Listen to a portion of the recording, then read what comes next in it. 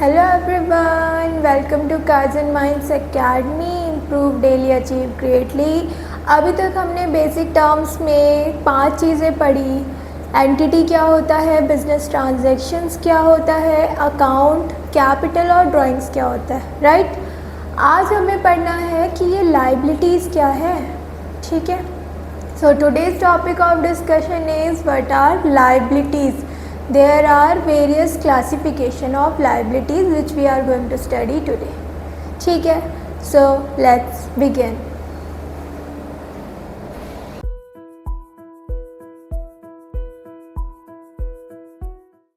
चलो देखो, अब लाइबिलिटीज समझने से पहले एक इम्पॉर्टेंट कंसेप्ट है जो समझना बहुत ज़रूरी है, क्योंकि लाइबिलिटीज़ और असेट्स की क्लासिफिकेशन उस कंसेप्ट पे बेस्ड है। वो है आपका ऑपरेटिंग साइकिल।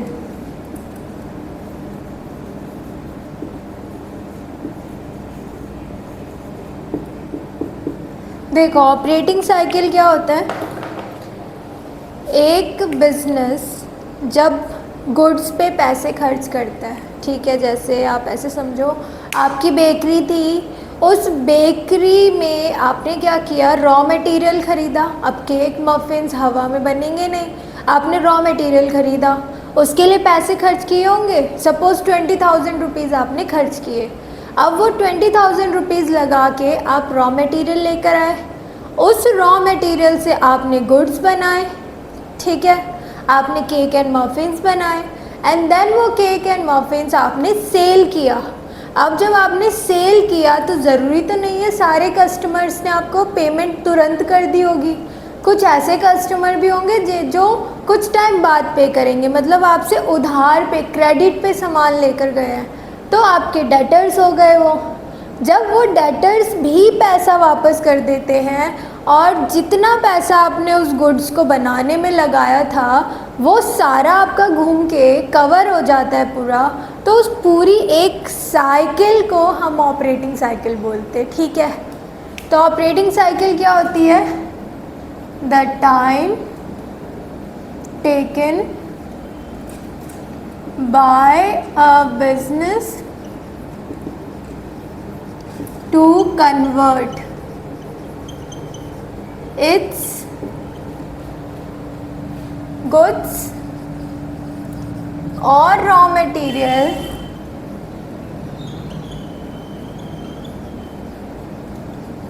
into cash, कि जितना टाइम आपको लगा गुड्स और रॉ मटेरियल को कैश में कन्वर्ट करने में, उसको हम ऑपरेटिंग साइकिल बोलते हैं। इस साइकिल को बनाते कैसे हैं, ऐसे बनाते, देखो कैश था आपके पास, कैश से आपने क्या किया, परचेज किया रॉ मटेरियल, ऐसे लिखते हैं थोड़ा सा स्पेस करके, रॉ मटेरियल। अब इस रॉ मटेरियल से, कच्चे माल से आपने बनाया गुड्स। बट ऐसा तो नहीं है ना, आज आपने रॉ मटेरियल आज आप ख़रीद के लाए हो, आज ही आप सारा केक एंड मफ़िन बना पाओगे, पॉसिबल ही नहीं है। थोड़ा आज बनेगा, थोड़ा कल बनेगा, तो वर्क इन प्रोग्रेस होगा ना, वर्क इन प्रोग्रेस, अभी काम चल रहा है। और जब ये काम हो जाएगा तो आपके पास क्या बन के तैयार हो जाएगा, गुड्स, फिनिश्ड गुड्स। अब देखो, यहाँ सिर्फ रॉ मटेरियल थोड़ी होता है, सब लोग मैन्युफैक्चर थोड़ी करते हैं, कुछ लोग तो ख़रीद के बेचने का काम भी करते हैं ना सिर्फ। तो रॉ मटेरियल और गुड्स, ठीक है, फिनिश गुड्स आ गए। अब ये फिनिश गुड्स और सर्विसेज आप क्या करोगे, सेल करोगे, ठीक है। अब सेल आप दो तरीके से करते हो, या तो सेल आप कैश में करते हो, या तो सेल आप क्रेडिट पे करते हो, जिसकी वजह से बनते हैं डेटर्स, ठीक है, क्रेडिट सेल, डेटर्स बनते हैं। अब जब एक तो आपने जब सेल किया, जो आपने कैश में बेचा वो सारा कैश तो तुरंत ही मिल गया आपको, ठीक है, तो वो तो आपका इसमें वापस ऐड हो गया, वापस चला गया। कुछ तो डेटर्स होंगे जिनको आपने क्रेडिट पे, उधार पे बेचा होगा, तो ये जो डेटर्स है जब ये भी पैसे दे देंगे और आपके पास जितना पैसा आपने लगाया था, सपोज़ 20,000 आपने लगाया था और ये 20,000 जब वापस आ जाएंगे या इससे ज़्यादा ही आएंगे तभी तो प्रॉफिट होगा। तो जब ये आपका गुड्स जिस पे आपने पैसा लगाया उसने आपको पैसा कमा के दे दिया, तो इस पूरी साइकिल को हम बोल देते हैं ऑपरेटिंग साइकिल, ठीक है। कंपनीज एक्ट में ये मेंशन्ड है, आपकी लायबिलिटीज़ और एसेट की डेफिनेशन में मेंशन्ड है, इसलिए आपको पता होना चाहिए, ठीक है। आई होप आपको समझ आया होगा। If you want you can write it down और टेक अ स्क्रीनशॉट, क्योंकि मैं अभी रेज करने वाली हूँ इसको, ठीक है। चलो फटाफट लिख लो। चलो देखो, सो लायबिलिटीज़ क्या होती है बेटा? Liabilities is something what business ओज टू अदर्स, ठीक है। मतलब वो ऐसा ऑब्लिगेशन जो बिजनेस को बाहर वालों को या प्रोप्राइटर को देना है, ऐसे समझो। देखो डेफिनेशन क्या होगी, liabilities are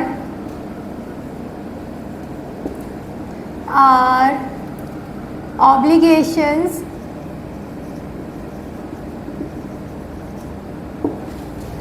of business towards others। अब ये अदर्स कौन होते हैं भाई? तो ये अदर्स या तो आउटसाइडर होंगे या तो इनसाइडर होंगे। इनसाइडर अदर कौन है? किसका पैसा लगा है बिजनेस पे? तो ऑनर का लगा है, ऑनर या फिर प्रोप्राइटर या पार्टनर्स, ठीक है, इनका पैसा लगा हुआ है। आउटसाइडर में कौन आ जाता है? आपका बैंक आ जाता है, ठीक है। इसके अलावा अगर आपने कहीं से पर्सनल लोन लिया है, प्राइवेट लोन लिया है, फ्रेंड वगैरह से, ऐसे लिख लो, अगर फ्रेंड, किसी कलीग,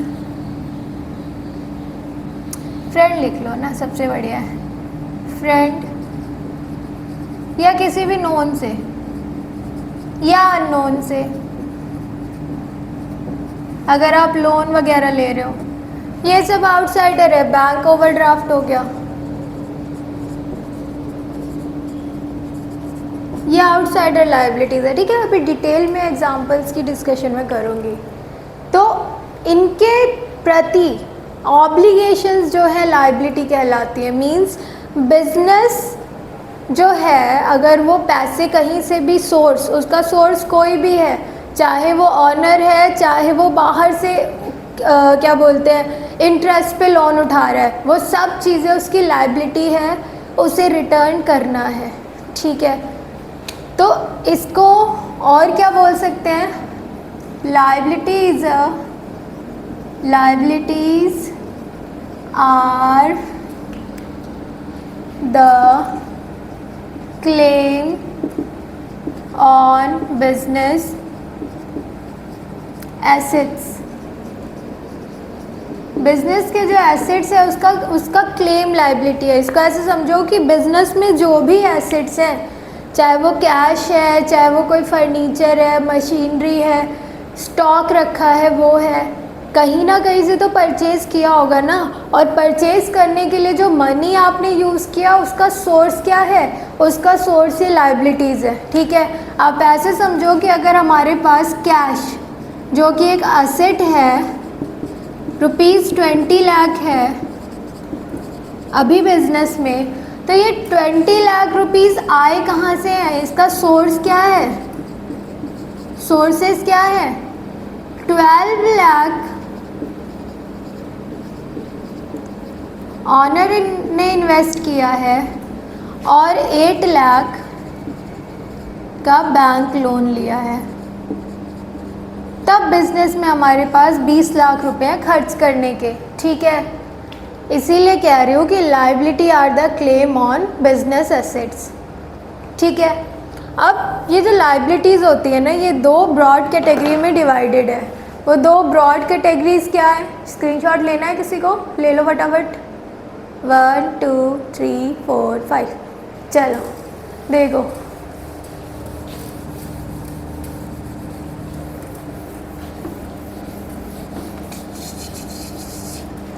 देखो लाइबिलिटीज़ जो है बेसिकली दो ब्रॉड कैटेगरी की होती है।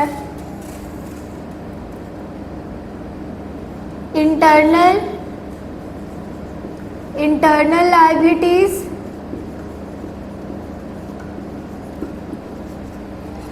And external liabilities.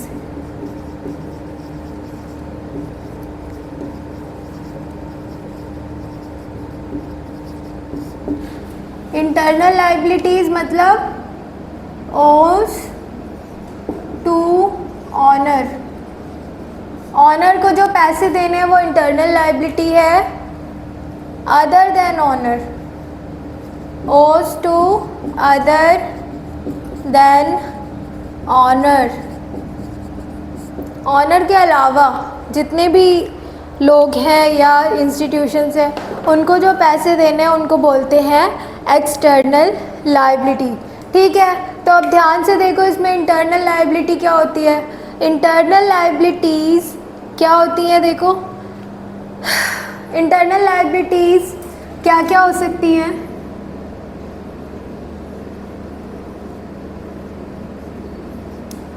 Capital means जो भी पैसा ऑनर ने लगाया है वो इंटरनल लाइबिलिटी है।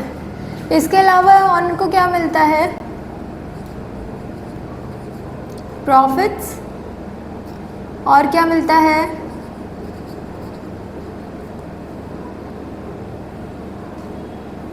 हाँ, रिजर्व्स एंड सरप्लस। ठीक है, ऐसा क्यों है? क्यों ऑनर ने जो पैसा बिजनेस पे लगाया उसी का बिजनेस होते हुए भी बिजनेस के लिए वो लाइबिलिटी बन गई। ठीक है, ऑनर से हमने कर्जा लिया है बिजनेस ने, ऐसा क्यों कह रहे हैं हम? क्योंकि बेटा अकाउंटिंग में हम एक प्रिंसिपल फॉलो करते हैं, the principle of separate legal entity. Note, because we follow the principle of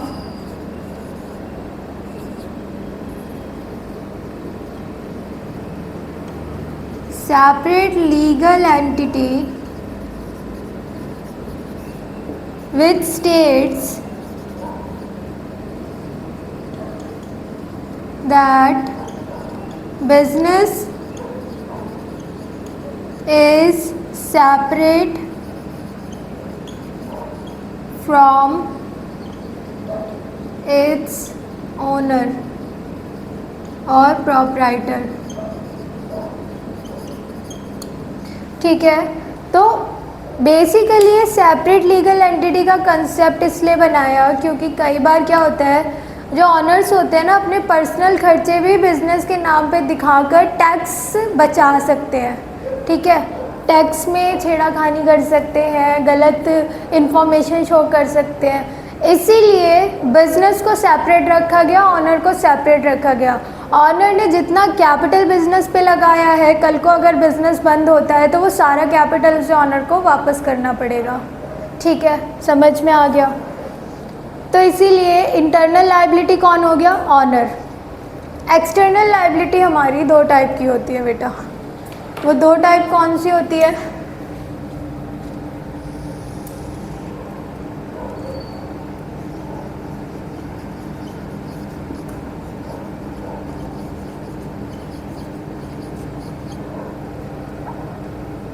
ठीक तो लिख रही थी, देखो, non current liability.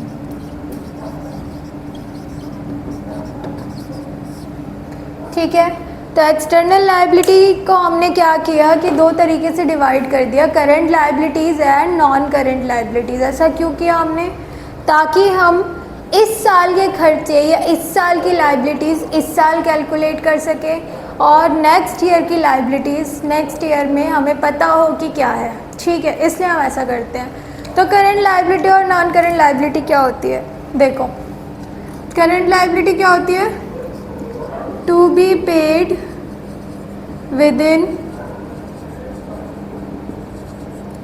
Within one accounting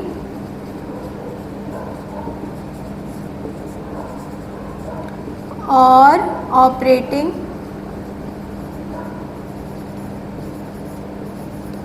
cycle, ठीक है। ये वो लाइबिलिटीज़ होती है जो हमें एक अकाउंटिंग ईयर मतलब एक बिजनेस ईयर के अंदर या ऑपरेटिंग साइकिल के अंदर पे करना होता है। जैसे हमारे क्रेडिटर्स,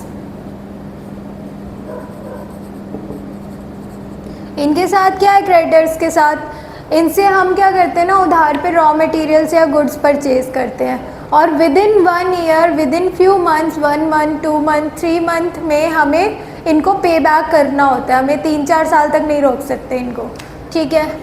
उसके अलावा देखो,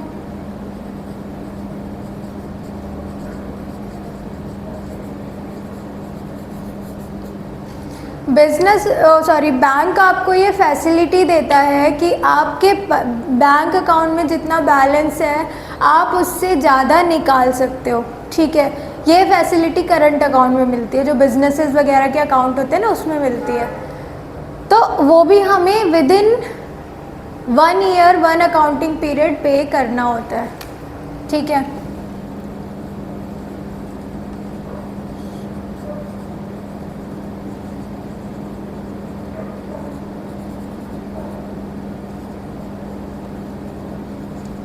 अगर हमने कोई शॉर्ट टर्म लोन लिया है, सपोज 6 मंथ का ही लोन है, तो वो भी हमारा करंट लाइबिलिटीज़ का पार्ट होगा, ठीक है। अब देखो नॉन करंट लाइबिलिटीज़, इसमें क्या है? To be paid in more than 1 accounting period और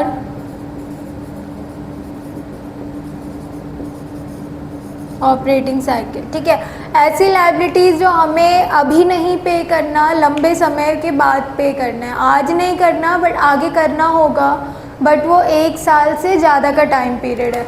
जैसे सबसे पहला तो कैपिटल ही हो गया, पर कैपिटल हमारी इंटरनल लाइबिलिटी है, तो यहाँ पर क्या आ जाएगा? Long term loans. Long term loan जो है ये एक्सटर्नल लाइबिलिटी के साथ साथ नॉन करंट लाइबिलिटी है, क्योंकि ये लंबे टाइम के लिए होते हैं। जैसे अगर आपने कार परचेज़ की लोन पे, तो वो लोन आप 1 साल के अंदर पे कर पाओगे क्या?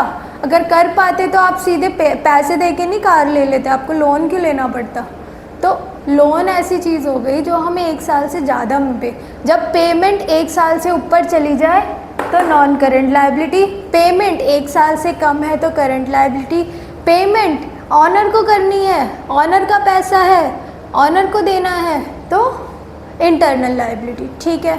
तो लाइबिलिटी आपको समझ में आया, लाइबिलिटी का कंसेप्ट आपको समझ में आया। अब आपका काम ये है कि आप ये दोनों टाइप की लाइबिलिटीज़ का एक चार्ट बनाओगे कि करंट लाइबिलिटीज़ में कौन कौन सी लाइबिलिटीज़ आती है, नॉन करंट में कौन कौन सी लाइबिलिटीज़ आती है, ठीक है। और जब ये चैप्टर हो जाएगा तब हम एक ऐसे MCQ टाइप क्विज़ करेंगे, उसमें हम जो नॉन करंट लाइबिलिटीज़ में और भी चीज़ें हैं वो उससे रिलेटेड क्वेश्चन करेंगे। तो अगर आपके पास चार्ट होगा तो आप उन क्वेश्चंस को इजीली टैकल कर पाओगे, ठीक है। That's it for today I guess. I think इसके बाद हाँ एक इम्पॉर्टेंट चीज़ और रह गई है, ठीक है। आप इसका स्क्रीनशॉट ले लो, इसके बाद बताती हूँ। देखो लाइबिलिटी में ना एक छुपी हुई सी लाइबिलिटी होती है जिसको हम कहते हैं कंटिंजेंट लाइबिलिटी। कंटिंजेंट लाइबिलिटी, ऐसा क्यों छुपी हुई सी मैंने क्यों बोला? क्योंकि ये जो लाइबिलिटी है ना, इसके होने के चांसेस और ना होने के चांसेस 50-50 है, ठीक है। तो ये एक पॉसिबल लायबिलिटी है, पॉसिबल लायबिलिटी है, मे और may not arise in future.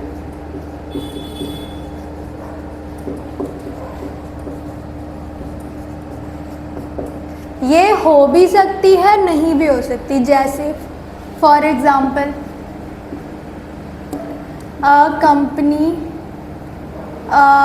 Case of ₹5 lakh compensation